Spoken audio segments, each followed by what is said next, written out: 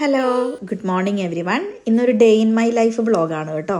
ഇപ്പം ഞാൻ ഡെലിവറി കഴിഞ്ഞിട്ട് ഏകദേശം ഒരു 43 ദിവസമായിട്ടുണ്ട്. അപ്പം നമ്മുടെ ഏറ്റവും ഇളയ പുത്രിക്ക് 43 ദിവസം പ്രായവും, മൂത്താക്ക് 8 വയസ്സും, നടുക്കത്തെ ആൾക്ക് 3 വയസ്സും.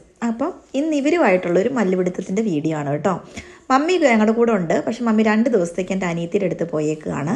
ചേട്ടയ്ക്ക് ഡേ ഷിഫ്റ്റുമാണ്. അപ്പം ഞാൻ ഒറ്റയ്ക്ക് ഉള്ളുന്ന്. അപ്പം ഞാൻ ഇന്നത്തെ ദിവസം എങ്ങനെയാണ് മാനേജ് ചെയ്യുന്നതെന്ന് നോക്കാം. രാവിലെ ഇഡ്ഡലിയും സാമ്പാറും ആയിരുന്നു, അതൊക്കെ പിള്ളേർക്ക് കൊടുത്തു. എന്നിട്ട് ഞാൻ സ്കൂളിൽ വിടാൻ വേണ്ടി പോവാണ് കേട്ടോ. നമ്മുടെ ബേബി പുറകിലിരിപ്പുണ്ട്.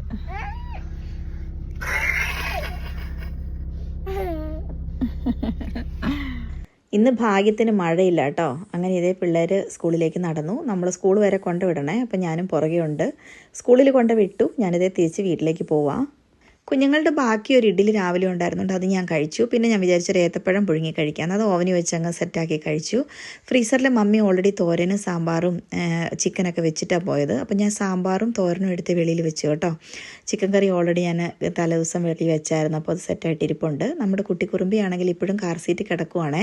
എനിക്കറിയാം കാർ സീറ്റിൽ ഒരുപാട് സമയം കിടത്താൻ പാടില്ല, എന്നാലും ഞങ്ങളിപ്പോൾ സ്കൂളിൽ നിന്ന് വന്നതല്ലേ ഉള്ളൂ. അവൾ ഉറങ്ങുമായിട്ട് ഞാൻ വിചാരിച്ചു പെട്ടെന്ന് ഉറങ്ങുന്ന സമയത്ത് കുഞ്ഞിന് കുളിക്കാനുള്ള സാധനങ്ങളൊക്കെ ഒന്ന് സെറ്റ് ചെയ്ത് വെക്കാം. പെട്ടെന്ന് താഴെ എന്തെങ്കിലും തുണികളോ എന്തെങ്കിലുമൊക്കെ ഉണ്ടെങ്കിൽ റൂം ഒന്ന് അടുക്കിയും വെക്കാം. അപ്പോൾ കുഞ്ഞ് ഉറങ്ങുന്ന സമയത്ത് അത് സെറ്റായിട്ടിരിക്കണം. എഴുന്നേറ്റ് കഴിയുമ്പോൾ എനിക്ക് കുഞ്ഞിൻ്റെ അടുത്ത് സ്പെൻഡ് ചെയ്യാൻ അങ്ങനെ സമയം കിട്ടും.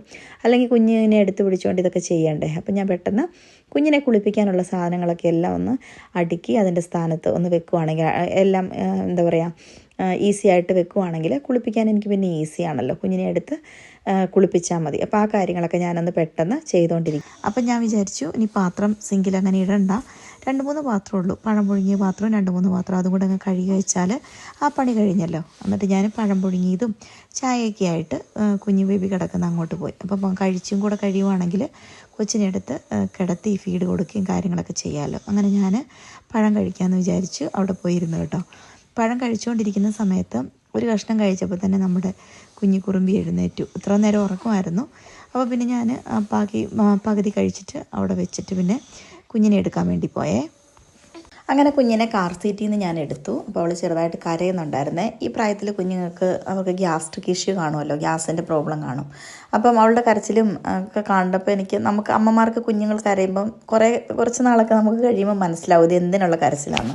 അപ്പോൾ ഇവർക്ക് ഗ്യാസ് പാസ്സാകാൻ ബുദ്ധിമുട്ടുള്ളതിൻ്റെ കരച്ചിലായിരുന്നു. അപ്പോൾ ഞാനിത് എക്സസൈസൊക്കെ ചെയ്ത് കൊടുത്ത് നമ്മുടെ കാലൊക്കെ ഇങ്ങനെ സർക്കുലർ മോന് സൈക്കിള് ചവിട്ടുന്ന പോലെ അങ്ങനെ എക്സസൈസ് ചെയ്ത് കൊടുത്തു. വയറിലേക്ക് ചെറുതായിട്ട് അമർത്തി വയറ് ക്ലോക്ക് വൈസിൽ ഇങ്ങനെ തിരുമ്മി കൊടുത്തു. അപ്പോൾ തന്നെ അവൾ ശരിക്കും വയറ്റിൽ നിന്നൊക്കെ പോയി കേട്ടോ. പിന്നെ ഞാൻ പെട്ടെന്ന് പാമ്പേഴ്സൊക്കെ മാറ്റി കൊടുത്തു. അങ്ങനെ അവളെ അവിടെ കിടത്തി കേട്ടോ. അപ്പോൾ ഞാൻ ഓർത്തു അവൾ നിലത്ത് കിടക്കുമല്ലേ, ഒരു പാട്ടും കൂടെ വെച്ച് കൊടുക്കാമെന്ന് ഓർത്ത് നല്ല ക്രിസ്ത്യൻ ഭക്തിഗാനങ്ങൾ രാവിലെ സമയമല്ലേ, അപ്പോൾ ഞാൻ നല്ല പാട്ട് വെച്ചു. അപ്പോൾ അതൊക്കെ കണ്ടിട്ട് പുള്ളി ഇങ്ങനെ കിടന്ന് കളിച്ച് കിടക്കുക കേട്ടോ. അവൾ പാട്ട് നല്ലപോലെ എൻജോയ് ചെയ്യുന്നുണ്ട്. എനിക്കൊന്ന് ഈ പ്രായത്തിലെ പിള്ളേർ അങ്ങനെയായിരിക്കും. എന്നിട്ട് ഞാൻ ബാക്കിയുള്ള പഴം കഴിച്ചു. അപ്പോൾ ഇവൾ വഴക്കൊന്നും ഇല്ലാതെ കിടക്കുന്നുണ്ട്. കുഞ്ഞു കുഞ്ഞു കാര്യങ്ങളൊക്കെ അങ്ങ് ചെയ്തേക്കാമെന്ന് വിചാരിച്ചു കേട്ടോ. പിന്നെ ഇത് കുഞ്ഞു മാവയോട് കുറച്ച് നേരം നിന്ന് വർത്താനമൊക്കെ പറഞ്ഞു. അപ്പോഴത്തേക്കും വീണ്ടും അവൾ ശൂശുമൊക്കെ വെച്ചു കേട്ടോ. അപ്പോൾ ഞാൻ വിചാരിച്ചു എന്നാൽ പിന്നെ മാറിയേക്കാം. അങ്ങനെ പാമ്പേഴ്സ് വീണ്ടും മാറിക്കൊടുത്തു കേട്ടോ.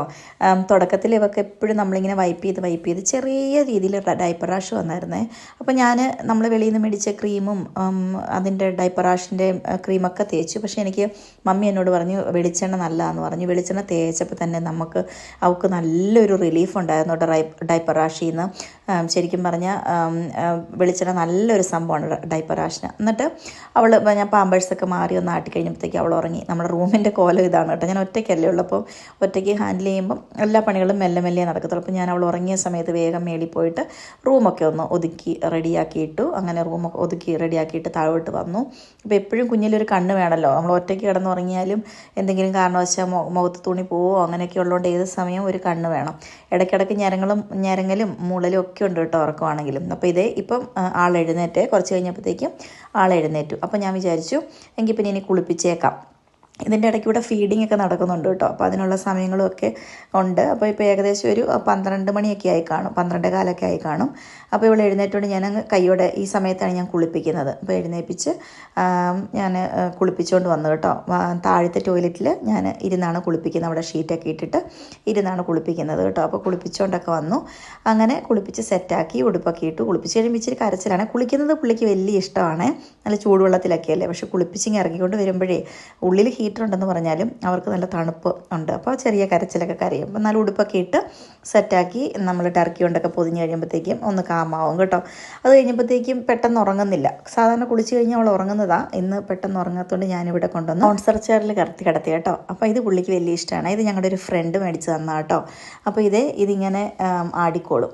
അത് പുള്ളിക്ക് വലിയ ഇഷ്ടം. പുറത്ത് നല്ല മഴയാണ്. അപ്പോൾ ഞാൻ വിചാരിച്ചു കുറേ സമയമായി അങ്ങോട്ടും ഇങ്ങോട്ടൊക്കെ നടന്ന് പണിയൊക്കെ എടുത്ത്, വലിയ പണികളൊന്നും ഇല്ല, കുക്കിംഗ് ഒന്നും ഇല്ല, എന്നാലും കുഞ്ഞിൻ്റെ കൂടെ ഒക്കെ നടന്ന് അപ്പോൾ വിശന്നു. അപ്പോൾ ഞാനൊരു പഴം എടുത്ത് കഴിച്ചു കേട്ടോ. പഴം എടുത്ത് കഴിച്ച് ഇവിടെ അടങ്ങി കിടക്കുവാണല്ലോ. അപ്പോൾ ഞാൻ വിചാരിച്ചു കുറച്ചുകൂടെ കഴിഞ്ഞിട്ട് ചോറുണ്ണാം. കുറച്ച് പാത്രങ്ങളൊക്കെ കഴുകാനും എടുത്ത് വെക്കാനൊക്കെ ഉണ്ടായിരുന്നു, അതൊക്കെ ചെയ്തു. വേസ്റ്റൊക്കെ ഒന്ന് എടുത്ത് വെച്ചു. പിന്നെ അടുക്കളയൊക്കെ ഒന്ന് പാചകമൊക്കെ ഒന്ന് ടോപ്പൊക്കെ ഒന്ന് തുടച്ച് റെഡിയാക്കി. അപ്പോഴത്തേക്കും കഴിക്കാനുള്ള സമയമായേ. അപ്പോൾ ഞാൻ വിചാരിച്ചു ഇന്ന് മമ്മി, ഞാൻ പറഞ്ഞല്ലോ സാമ്പാറും ഉണ്ട്, നമ്മുടെ തോരനും ഉണ്ട്. അപ്പോൾ സാമ്പാർ ഞാൻ വൈകിട്ടത്തേക്ക് എടുക്കാമെന്ന് വിചാരിച്ചു കേട്ടോ. അപ്പോൾ തോരനും ചോറും എടുത്ത് വെച്ചു. ഒരു മുട്ടയും കൂടെ പൊരിക്കാമെന്ന് വിചാരിച്ചു. ഇടയ്ക്കിടയ്ക്ക് കുഞ്ഞിനെ നോക്കുന്നുണ്ട്. അതിനകത്ത് എഴുന്നേറ്റ് കിടക്കുന്നതുകൊണ്ട് കൈ കൊണ്ട് തുണിയൊക്കെ പിടിച്ചറിയാതെ മുഖത്തോട്ട് ഇട്ടാൽ അത് നമ്മളെപ്പോഴും നോക്കണമല്ലോ. അതുകൊണ്ട് ഞാൻ ഇടയ്ക്കിടയ്ക്ക് നോക്കി എന്താ ചെയ്യുന്നത്. അപ്പം മുട്ട പൊരിച്ചുകൊണ്ടിരിക്കുന്ന സമയത്ത് കുറച്ചുകൂടെ പാത്രങ്ങളൊക്കെ ഉള്ളത് അങ്ങ് കഴുകി അപ്പം വെച്ചു കേട്ടോ. അപ്പോൾ കുറച്ച് പേരൊക്കെ എന്നോട് ചോദിക്കാറുണ്ട്, കുറച്ച് പേരൊക്കെ, എല്ലാ പെണ്ണുങ്ങളും എനിക്ക് തോന്നുന്നു പുറം രാജ്യങ്ങളിൽ പോയാൽ നമ്മൾ ഏത് സാഹചര്യവും മാനേജ് ചെയ്യുന്നവരാണ് എല്ലാവരും. എന്നാൽ ഈ വീഡിയോ ഒക്കെ കാണുമ്പം ചിലരൊക്കെ ചോദിക്കാറുണ്ട് എങ്ങനെയാണ് ഇങ്ങനെ മാനേജ് ചെയ്യുന്നത് എന്നൊക്കെ ചോദിക്കാറുണ്ട്. അപ്പോൾ ശരിക്കും പറഞ്ഞാൽ നമുക്ക് ഒരു കാര്യം നമുക്ക് എന്താ പറയുക ഈസി ആയിട്ട് ഡീൽ ചെയ്യണമെങ്കിൽ അതിൻ്റെ പുറകിലൊരു പ്ലാനിങ് മാത്രം മതി കേട്ടോ. തലേദിവസം നമ്മൾ പ്ലാൻ ചെയ്ത് വെക്കുവാണെങ്കിൽ നമുക്ക് ഭയങ്കര ഈസി ആയിരിക്കും. അപ്പോൾ ഇവൾ അതിനകത്ത് കിടന്ന് ചെറുതായിട്ടങ്ങ് മയങ്ങി. ആ സമയത്ത് ഞാൻ ചോറുണ്ട്, പക്ഷേ ചോറുണ്ട് പകുതിയോടെ ഞാൻ എഴുന്നേക്കേണ്ട വന്നു. അവിടെ ഒരു 5 മിനിറ്റ് മയങ്ങിയതോടെ പുള്ളി അങ്ങ് എഴുന്നേറ്റ് ഭയങ്കര വഴക്കായി. പിന്നെ ഞാൻ കൈ കഴുകി ഒന്നുകൂടെ എടുത്ത് കിടത്തി അതിനകത്ത് ഉറക്കിയിട്ട് പെട്ടെന്ന് ഞാൻ ചോറുണ്ട് കഴിഞ്ഞു. അപ്പോൾ അവളവിടെ കിടക്കുവാണല്ലോ എന്ന് ഓർത്ത് പെട്ടെന്ന് അവളെ കുളിപ്പിച്ച് അവിടെ പോയിട്ട് അതെല്ലാം ഒന്ന് സെറ്റാക്കി വെച്ചു. അവളെ കട്ടിലേ കിടത്തി മേളി വന്ന് ഞാനും വിചാരിച്ചു ഞാനും ഉറങ്ങാമെന്ന് വിചാരിച്ചാൽ കിടന്നതേ അവൾ എഴുന്നേറ്റ് കേട്ടോ. അപ്പോൾ ഞാൻ നോക്കുമ്പോൾ ഇത് ശൂശി വെച്ചിട്ടുണ്ടായിരുന്നു. അവൾ എല്ലാ പിള്ളേരും ഇങ്ങനെയായിരിക്കും, ഇച്ചിരി ഇങ്ങനെ ശൂശി വെച്ച് അന്നേരം കരച്ചില്ല. അപ്പോൾ ഞാൻ പാമ്പേഴ്സൊക്കെ മാറിയിട്ട് അവളെ വീണ്ടും ഇച്ചിരി കൂടെ കിടത്തി ഉറക്കി. അധികം ഉറങ്ങിയില്ല കേട്ടോ. അപ്പോഴത്തേക്കും 2:30-3 മണിയാകുമ്പോഴത്തേക്കും കുഞ്ഞുങ്ങളെ കൂട്ടാൻ പോകണല്ലോ സ്കൂളിൽ. അപ്പോൾ ഇതേ സ്കൂളിൽ കുഞ്ഞുങ്ങളെ കൂട്ടാൻ വേണ്ടി പോയി. അവരെ തിരിച്ച് കൂട്ടിക്കൊണ്ടുവന്നില്ല. ഇല്ലില്ല അമ്മ ജസ്റ്റ് കുഴപ്പമില്ല, അമ്മ കുളിപ്പിക്കാം. അതെ, കുഞ്ഞ് ബേബി എഴുന്നേറ്റ് കുറച്ച് നേരം ഇവിടെ കിടന്ന് കളിക്കുക. ഇത് യോധ തലയ്ക്ക് വെച്ച അപകടമാണ്. മുത്തുകൂട്ടാ, സ്കൂൾ വിട്ട് വന്നു കഴിഞ്ഞാൽ എന്തൊക്കെയാ ചെയ്തേ? കുളിച്ചു, ഭക്ഷണം കഴിച്ചു. ഇപ്പൊ എന്നെ ഇടിക്കുക. കറി എന്തായിരുന്നു? കറി തോരൻ കറി, അച്ചാറും മുട്ടയും ചോറും. ഇക്കു ഭക്ഷണം കഴിക്കാൻ ഇച്ചിരി പുറകോട്ടാണ്. അപ്പോൾ ഇന്ന് ബേബിയും കൂടെ ഉള്ളതുകൊണ്ട് എനിക്ക് അവളെ പിടിച്ചിരുത്തി അങ്ങ് വാരി കൊടുക്കാനും നിർബന്ധിക്കാനൊന്നും സമയം കിട്ടിയില്ല. അതുകൊണ്ട് ചോറ് കഴിച്ചില്ല. അപ്പോൾ കുറച്ച് കോൺഫ്ലെക്സ് എടുത്ത് കൊടുത്തു കേട്ടോ. അത് കഴിഞ്ഞിട്ട് ഞങ്ങൾ മേളിലോട്ട് വന്നു. ബേബി ഉറങ്ങി. ആ സമയത്ത് ഞാൻ ഇക്കുവിനെ കുളിപ്പിച്ച് ഇക്കു കുളിച്ച പാടെ കിടന്ന് ഉറങ്ങി കേട്ടോ. അപ്പോൾ 2 പേരും ഉറക്കമായതുകൊണ്ട് മുത്ത് താഴെ TV ഉണ്ട്. അപ്പോൾ ഞാനും കുളിച്ച് റെഡിയായി. അങ്ങനെയായിരുന്നു ഇന്നത്തെ ദിവസം.